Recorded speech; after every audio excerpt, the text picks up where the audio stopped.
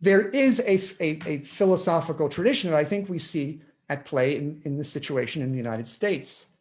that presents us with in a way, our point of departure. And I think it applies to many other countries as well.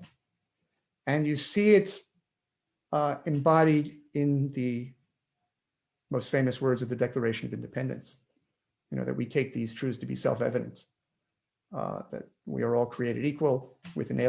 inalienable rights to life, liberty, and the pursuit of happiness, and that government is to be instituted in order to uphold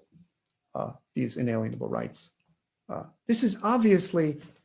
a view that is guided by the social contract tradition, which takes freedom as a principle. That is, it takes freedom as something given, and thereby, one might say, something that is by nature, and to which legitimate institutions are to be sanctioned to the extent that they uphold that freedom that is given prior to and apart from them. And if we think through the logic of this project, which has been thought through by a whole slew of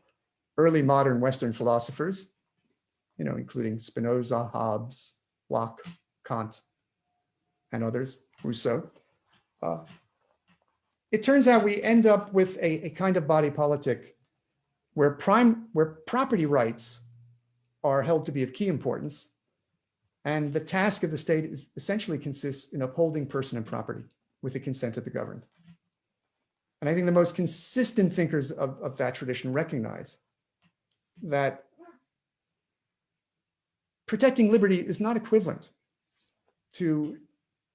providing for self-government. As Locke and Hobbes recognize, you can't have a government that's led by a monarch or an oligarchy that does not involve representational self-government, which can uphold person and property with the consent of the governed. And in this framework where legitimate institutions are regarded as instruments for protecting a type of freedom that can be found independent of them and prior to them, there's always a problem that the institutions that are called upon may not do what they are called upon to do because they are means to an end. They are different from the end. And therefore, not only might there be other means to fulfilling that end, but the means might not automatically fulfill the end. And that comes up as this question of how can we secure that our government is going to uphold the rights? Do we have to accept the idea that it always does what's right because we've authorized it,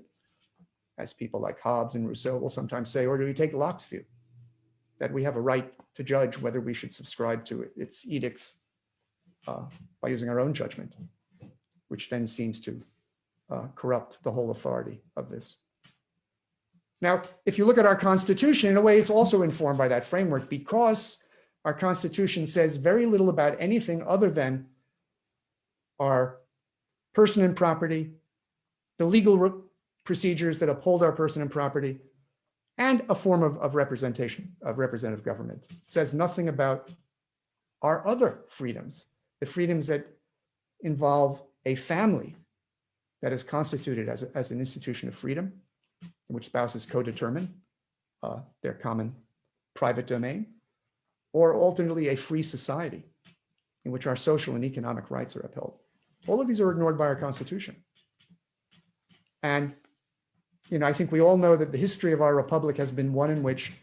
the limited rights that are in our Constitution originally were only applied to white men who were heterosexual and had a certain amount of property. We've had waves of civil rights struggles to try to make these rights apply to everyone.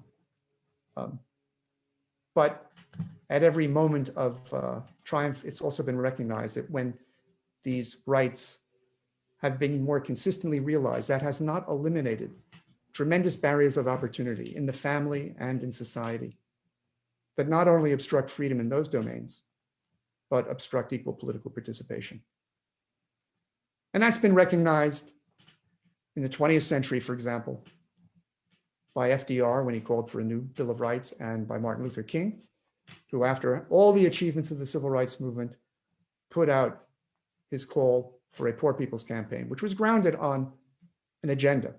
of fulfilling these rights that are not specified in our Constitution. Now, philosophy can play a role here in examining the recipe for freedom that is offered by the social contract tradition, and which in a way finds its extreme personification in the minimal state, or what has come to be called, the type of economic liberalism that really wants to ensure that the state does nothing at all other than protect person and property,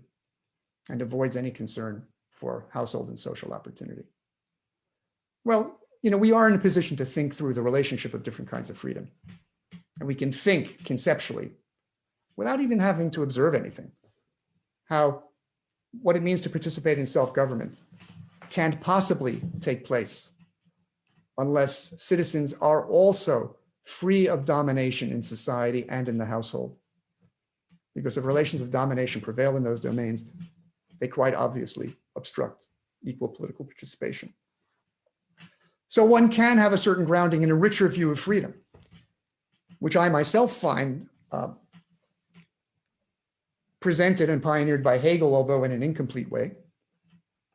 And that, in a sense, provides a basis for an agenda to, let's say, perfect what could be considered an incomplete constitution, because constitutions, after all, should be upholding all of our rights to ensure that they can't be violated with impunity.